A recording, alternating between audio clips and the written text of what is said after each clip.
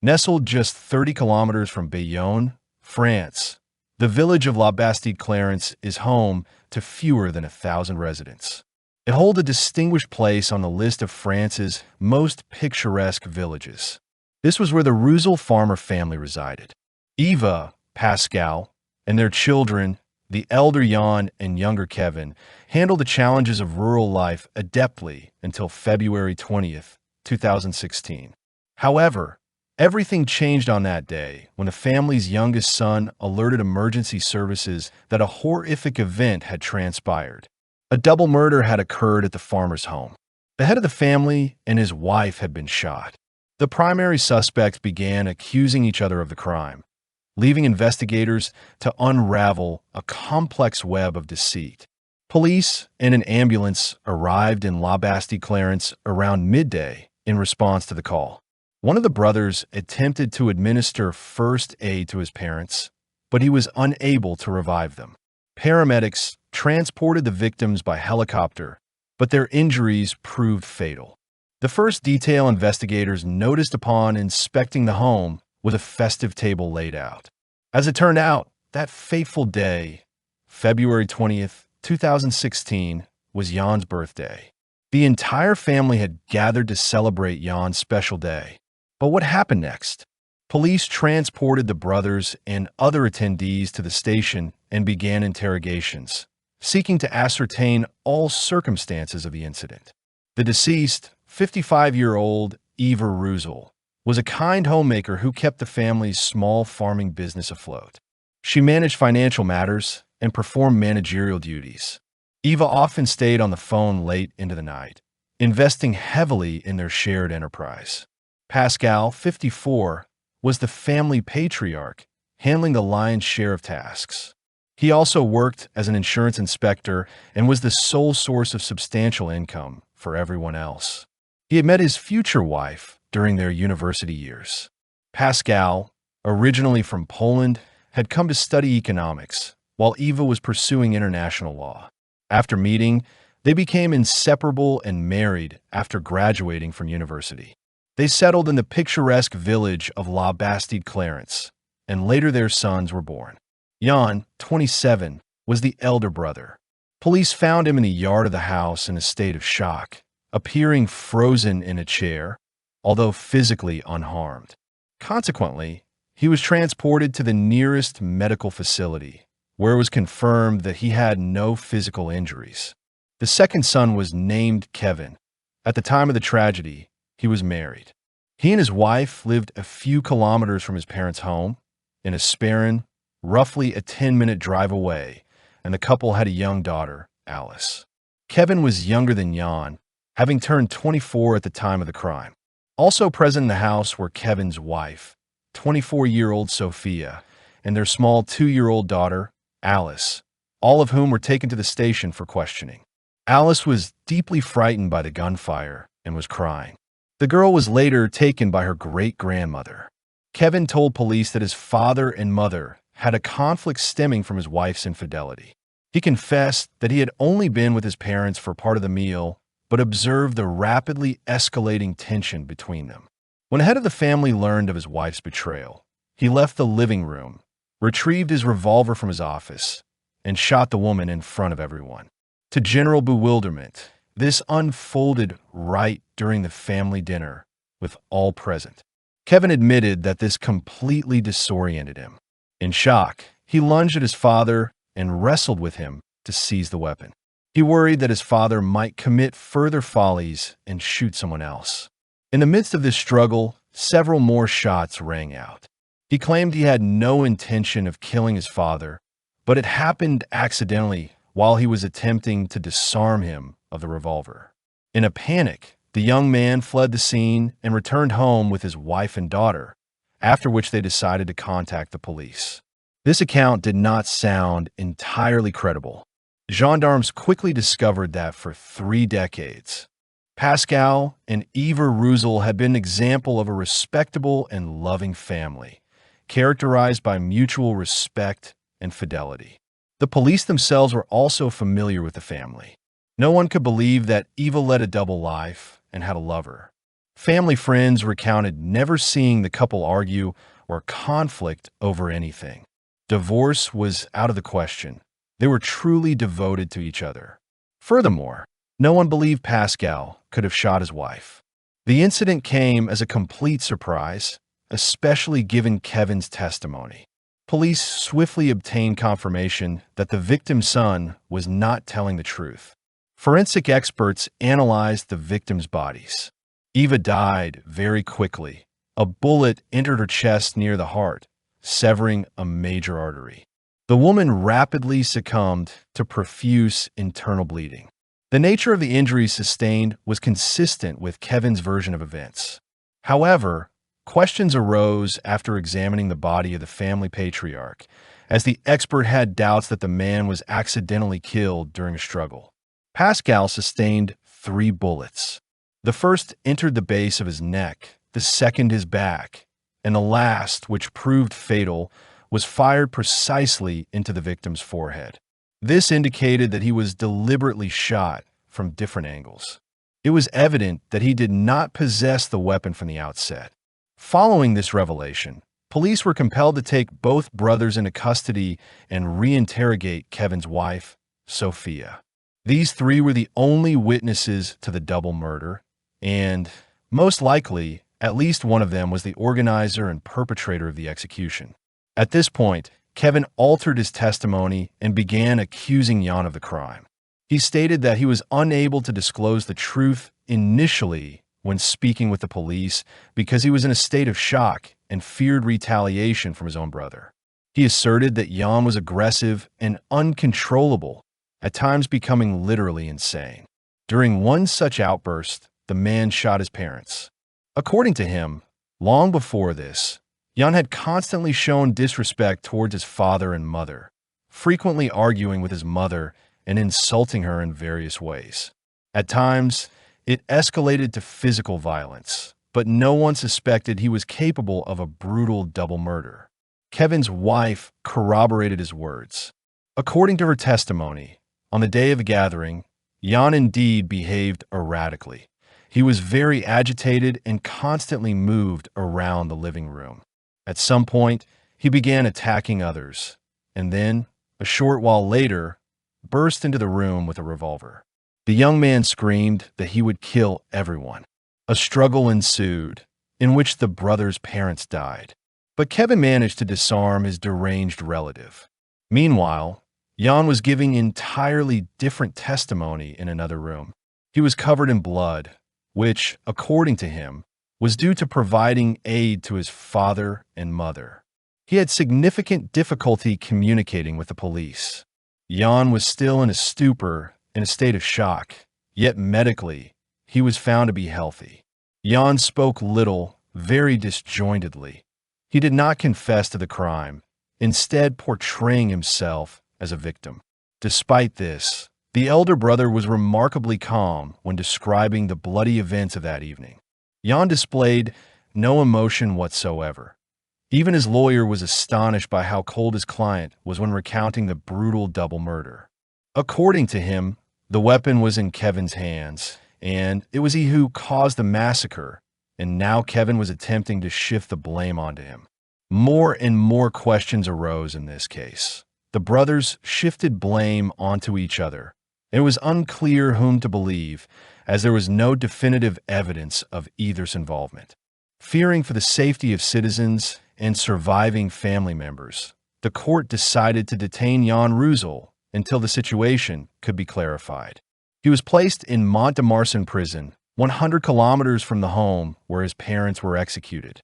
It was at this stage that psychiatrists began working with Jan. It was discovered that the elder brother had developmental disorders that had never been previously diagnosed. He had a severe degree of autism, known as Asperger's syndrome. In fact, the young man was very intelligent. He started reading early and excelled in a school for children with special needs. However, such disorders are characterized by behavioral problems. Individuals live like robots. They can efficiently process information and work, but they require constant support and supervision in daily life. This syndrome is diagnosed quite rarely, which made the probable perpetrator an interesting client for prison psychiatrists. One of the key characteristics of Asperger's syndrome is the almost complete absence of emotions in a person. They will not smile, convey their emotions, feel regret, or sadness. It was in this condition that the secret of Jan's extraordinary calmness during interrogations lay. Eva became pregnant with Jan at 27. He was born with developmental differences, but the family lived in a small, remote village, so no one thought to take him to doctors or look for developmental issues in the child, especially since at that time they were not yet aware of autism. The parents believed that Jan simply had unique personality traits. They had to adapt to their son's character and dedicate more time to him than to Kevin, possibly leading to Kevin's resentment toward his older brother. The psychiatrist who examined Jan asserted that, in light of this condition, Kevin's words seemed false. People suffering from Asperger's syndrome are rarely prone to aggression and cruelty. As a rule, they are very calm and indifferent individuals who are completely harmless to society. Overall, Jan was a pleasant young man who had never shown aggression toward his parents or anyone else. Friends and family acquaintances confirmed that he was always calm and had excellent relationships with his father and mother. Against this backdrop, the police had to pay more attention to Kevin's words, as it became increasingly evident that he was trying to hide something. Another fact supporting Jan was that he remained at the scene of the tragedy the entire time and attempted to administer first aid to his parents, unlike his brother Kevin, who seemed indifferent to it. Jan performed artificial respiration and chest compressions on his parents, but all was in vain. Their wounds were too severe. Specialists knew that people with Asperger's syndrome are not prone to lying. This implied that Jan's testimony might be more credible than his brother's words. However, Kevin had his wife on his side, who corroborated his every statement. Beyond verifying the truthfulness of two people's accounts, the police had to decide whether to consider Sophia an accomplice if the crime's culpability rested with her husband. Numerous witnesses familiar with the victims and their children were found. Many asserted that Jan was a good, calm, balanced young man who got along well with his parents and lived with them. Kevin, however, had problems with his father and mother. There was no mutual understanding between them. They often conflicted over minor issues, and it was their son who first displayed aggression. Detectives began to investigate Kevin and his wife Sophia's lives more thoroughly. Sophia Bodnarchuk met Kevin online in 2011. At that time, she was 18 and he was a few months older. She captivated him with her beauty. Additionally, the girl was intelligent. She hailed from Topa, Kazakhstan, a small settlement with a population of fewer than 10,000 people. They began communicating, and 6 months later, he invited her to France, and she came. Their romantic relationship developed very rapidly. They barely had time to get to know each other before. Literally 2 weeks after meeting in person, they got married. However, the couple had virtually no means of subsistence. The young man was just starting to establish himself and was trying to find work that would generate income. Sophia also lacked a stable job, so Kevin's parents supported them. Even the newlyweds' wedding was sponsored by his parents. Eva put some pressure on Kevin because of this, especially since he was quite lazy. But the situation did not change over time. The atmosphere in the family grew increasingly tense, as the young couple literally became a burden on Kevin's parents. Shortly before the tragedy, the parents decided to push their fledgling out of the nest so that he would finally start an independent adult life, especially since he was already married and building a family. Moreover, unlike Jan, he was healthy and perfectly capable of working, as was Sophia. But neither of them even showed a desire to work or attempted to find employment. For this reason, shortly before the tragedy, the father of the family refused to financially support Kevin and Sophia, which became a forced measure due to their behavior. The parents tried to make them get moving, find work, and become independent. As the investigation presumed, this decision proved fatal for the parents. Pascal, with his salary, supported his wife, 2 sons, and his daughter-in-law with their small daughter. Pascal himself found them a rented apartment in Esperin and paid the rent, as well as covering groceries and all other expenses. It is not surprising that, given this, the man decided to lighten his burden. Kevin and Sophia, to put it mildly, were upset by the parents' decision. They began threatening Eva and Pascal, promising to move far away to Kazakhstan, almost 7,000 kilometers away, and prevent them from seeing their granddaughter, whom the parents loved so much. When this had no effect, family tensions escalated further. Kevin's behavior became such that his parents began to fear for their lives. They confessed this to family friends on several occasions. Clouds gathered over Kevin and Sophia, but more substantial evidence was needed for an arrest and charges. A month after the bloody massacre, investigators approached Sophia again. Detectives decided to ask her several questions about what had happened. The young woman told them that their family's financial situation was extremely dire. Kevin could not find work, and his father had refused to support them. Furthermore, there was a repeated threat that he would be disinherited and all property would be left to Jan. This caused constant disputes. She did admit, however, that they had quite warm relations with the deceased Eva, who, despite everything, continued to support them, but the head of the family was not as friendly towards them. Sophia's words further complicated the investigation. The police could not find common ground in these contradictory statements. Therefore, the active search for clues continued. A search was conducted at Kevin and his wife's apartment, which finally allowed the case to move forward. A crumpled piece of paper was found in one of Kevin's clothing pockets. On it, the steps of the crime were described chronologically with a black pen. It became evident that the younger brother intended to kill his parents, as well as his older brother, and had planned it all. By the end of the investigation, crucial leads were found. Kevin was arrested and taken into custody. Based on this evidence, law enforcement officers believed that Jan was destined for the same fate as his father and mother, but he was apparently lucky to remain alive. Thus, Kevin intended to kill everyone who possessed family assets and the sole heir, his rival. This would have allowed him to claim all of his parents' property. Without realizing it, Sophia contributed to solving the case, as the story of the inheritance was unknown before her interrogation, and now the motive for the crime, money, became clearly understood by investigators. The Rouxel family's assets were estimated at around 2 million euros. But the insidious plan described on the paper did not end there, as the perpetrator intended to conceal all traces of the incident by setting the house on fire. The bodies of his entire family were supposed to be inside. Fortunately, he failed to fully execute his plan. It seems something prevented him. Continuing the investigation, the police learned that the perpetrator's wife might have had a role as an accomplice in this sinister plan. Thus, on April 1st, 2016, Sophia Rouxel was also taken into custody. She was accused of complicity in the double murder. This provoked indignation from the young mother, who denied any involvement in the crime. Kevin and Jan's grandmother lamented what had happened.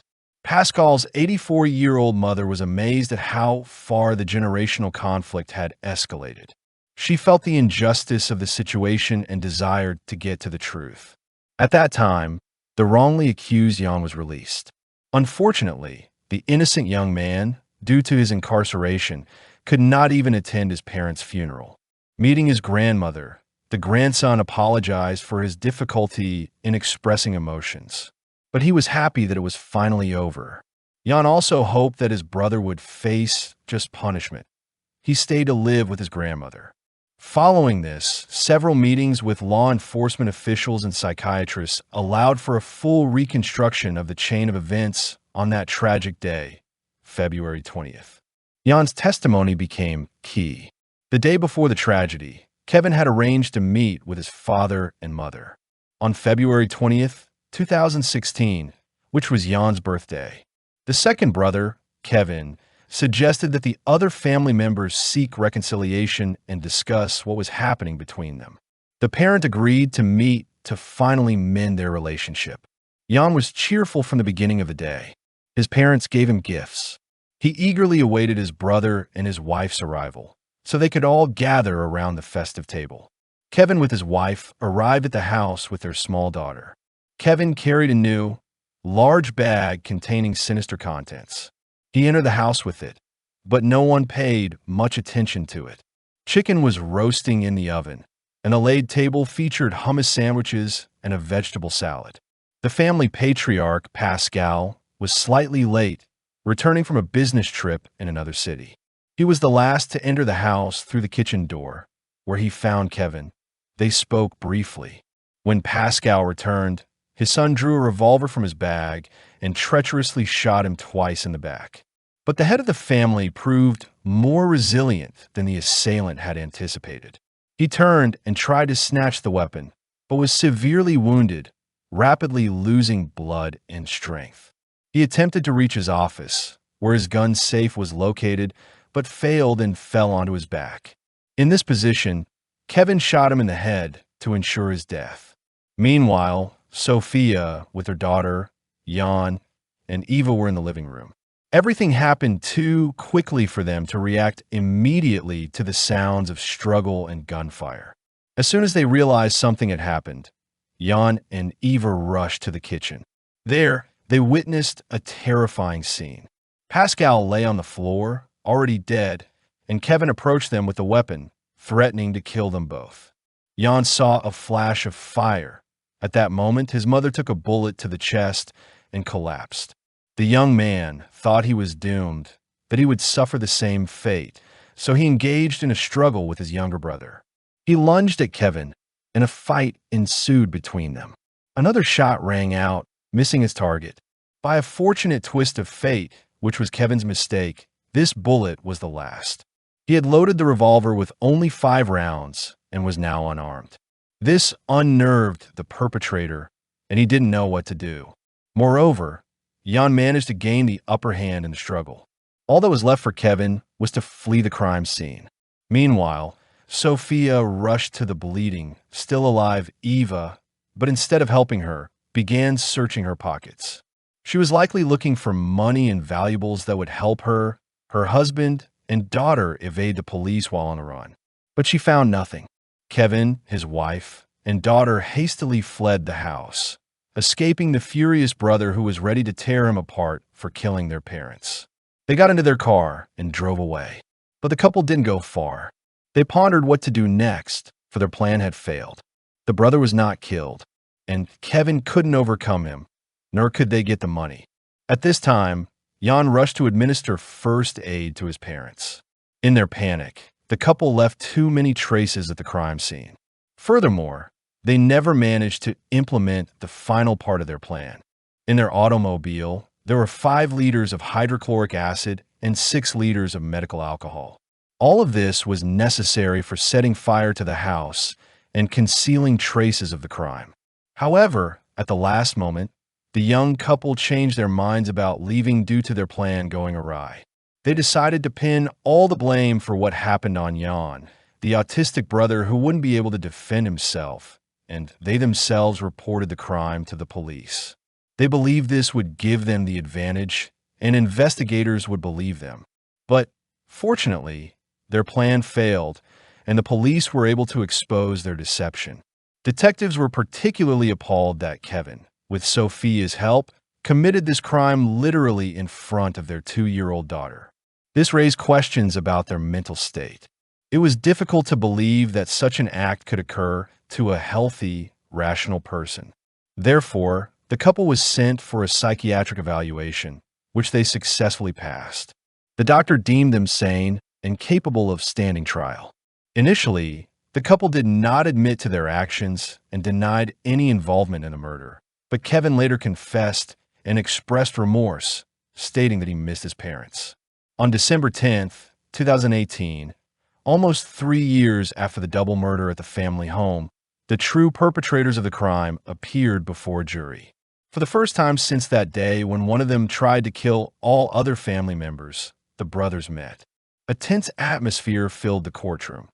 Most of all, Jan's grandmother, Gisette, desired justice, enraged that her son had died before her. Despite years of lies, at the very beginning of the hearings, Kevin confessed to the double murder. He also admitted that until that moment, he had lied about almost everything he told the investigation. In reality, there was a vast number of versions and deceptions through which the killer tried to blacken his father's name. He even invented that Pascal had molested Sophia. According to Kevin, his wife was also well aware of his intentions. Moreover, he claimed that it was she who incited him to commit this crime for the inheritance, presenting her as his accomplice. The young woman herself continued to deny everything and declared her innocence. She asserted that she had not touched anyone and that her husband had committed everything. Kevin's statements came as a shock to the young woman and, according to her, a great disappointment. She filed for divorce from him. Sophia joined a church and became very religious. Church representatives spoke in her support at the trial. The judicial process continued for 5 days, after which 26-year-old Sophia felt very unwell. It turned out she had not eaten at all during this time and lost consciousness, so she had to be taken to a medical facility. On the same day, Kevin was hospitalized in a psychiatric clinic after he attempted to take his own life in his cell using shoelaces. He resorted to such a desperate step when he learned that Sophia had divorced him and started a relationship with another man. Kevin removed his wife's photos from the walls of his prison cell, leaving only his daughter's picture, and decided he no longer wanted to live. Therefore, he needed the help of psychiatrists. At that time, his problems worsened, and Kevin became convinced that he had not committed the murder, but rather his secret twin brother, who had been hidden from everyone. However, DNA and fingerprint analysis on the weapon confirmed that he was indeed the one who fired the revolver. No twin brother, of course, existed. As a result, the case had to be adjourned due to the defendant's absence from a courtroom. Later, Sophia was even temporarily released from prison to meet with her daughter. While in custody, Kevin attempted to escape twice. The first time on March 5, 2016, at the Bayonne Detention Center, where he took a nurse hostage, and then a second time from Tredignan Hospital, where he was transferred after setting fire to his cell. The victimized brother, Jan, shared his feelings in court about losing the closest people in his life who had supported him. Now he was deprived of all support. Despite all the difficulties, the young man tried to return to his normal life. Ultimately, Sophia was found guilty of complicity in the murder and sentenced to 20 years in prison, but she was outraged by the verdict and filed an appeal. In March 2020, the outbreak of the pandemic forced the court to postpone the trial. This occurred just hours before Kevin's sentencing. After that, the case was prolonged. The trial resumed in October 2022. Ultimately, Kevin Rouxel was found guilty of murdering his parents and sentenced to 30 years in prison. He also received an additional 5 years in prison for attempting to escape and taking a nurse hostage. Then, Sophia's retrial began. Sophia's mother and sister traveled from Kazakhstan and supported her in court. They stated that Sophia came from a good, respected family, and her parents paid for private piano lessons. The defendant claimed that she did not need money and that financial interests were never her priority. The young woman denied participating in the crime or even knowing that Kevin planned it. Otherwise, she would have dissuaded him. She even claimed she did not know how dire their financial situation was because her husband managed the finances and she believed their allowances were sufficient for living. Sophia even recounted an instance when she and her husband purchased a weapon. The woman believed they were buying the revolver as a gift for Kevin's father, which is why she didn't raise any alarm. Thanks to new testimony from Kevin, in which he stated he acted alone, his ex-wife Sophia Bodnarchuk was acquitted and no other evidence against the woman was presented, so she was released. Pascal's 84-year-old mother was outraged by this because her grandson Jan had stated that Sophia helped Kevin that day, and she was clearly involved in the case. According to Gisette, Eva and Pascal had complained to her about Sophia's absurd, cruel jokes about when they would die quickly so Kevin's young family could receive the inheritance. Therefore, they were convinced that Sophia had indeed incited Kevin to commit the murder for the inheritance she was so eager to obtain. It was she who manipulated her husband, and she got away with it. Jan recently told the media that after losing his father, mother, and brother, now all that remains for him is to continue living no matter what. Their daughter Alice continues to live with Sophia in France, but her great-grandmother fears that her mother will take her out of the country. If you enjoyed my work, please subscribe to the channel, support this video with a like, and let's discuss this story in the comments. I recommend these videos for viewing. Thank you all and goodbye.